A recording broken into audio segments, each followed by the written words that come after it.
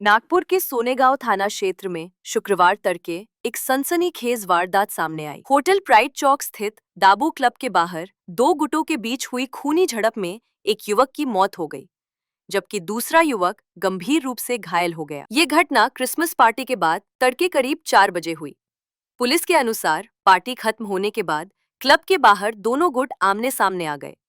पहले कहासुनी हुई, फिर हाथापाई शुरू हो गई। बताया जा रहा है कि क्लब के अंदर किसी महिला को लेकर हुई छिंटाकशी विवाद की वजह बनी। विवाद इतना बढ़ गया कि आरोपियों ने लोहे की सलाख और ईंट से हमला कर दिया। इस हमले में 28 वर्षीय प्रणय नरेश नन्नावरे की इलाज के दौरान मौत हो गई, जबकि 34 वर्षीय गौरव ब्रिजलाल कारडा गंभीर रूप से घायल है और आईसीयू में भर्ती है।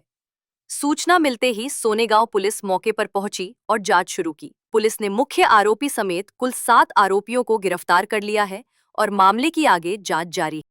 प्राथमिक स्तरावर अद्याप फारशी माहिती नाही, मात्र तक्रारदार येथे आलेले आहेत। त्यांच्या म्हणण्यानुसार क्रिसमसच्या पार्टीला दोन्ही पार्ट्या होत्या, बाहेर आल्यानंतर आतील काही त्यांच्यात वाद झाले। वादचं कारण अद्याप ते सांगितलेलं नाही त्यांनी, मात्र आतील वादावरून बाहेर आल्यानंतर त्यातील एकाला त्यांच्यात झालेल्या वादात एकाला 2 जणांना जखमांमुळे उपचारादरम्यान याला ऑरेंज सिटीला ऍडमिट केलं असता एक जण मयत झालेला आहे आणि दुसऱ्याचा उपचार चालू आहे।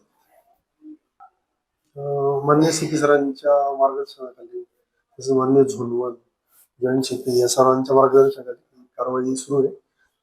अद्याप FIR करणे सुरू असल्याने एकूण आरोपी व त्या संख्या कळून त्यांना आपण तातडीने अटक करतो। मृतकाचं नाव सध्या अजून पूर्ण कळालं नाही, पण प्रणय सुरुवात आहे, त्यात प्रणय म्हणतात सर्व, आणि त्याच्यासोबतचं राहणाऱ्या त्याचंही नाव अजून कळलेलं नाही।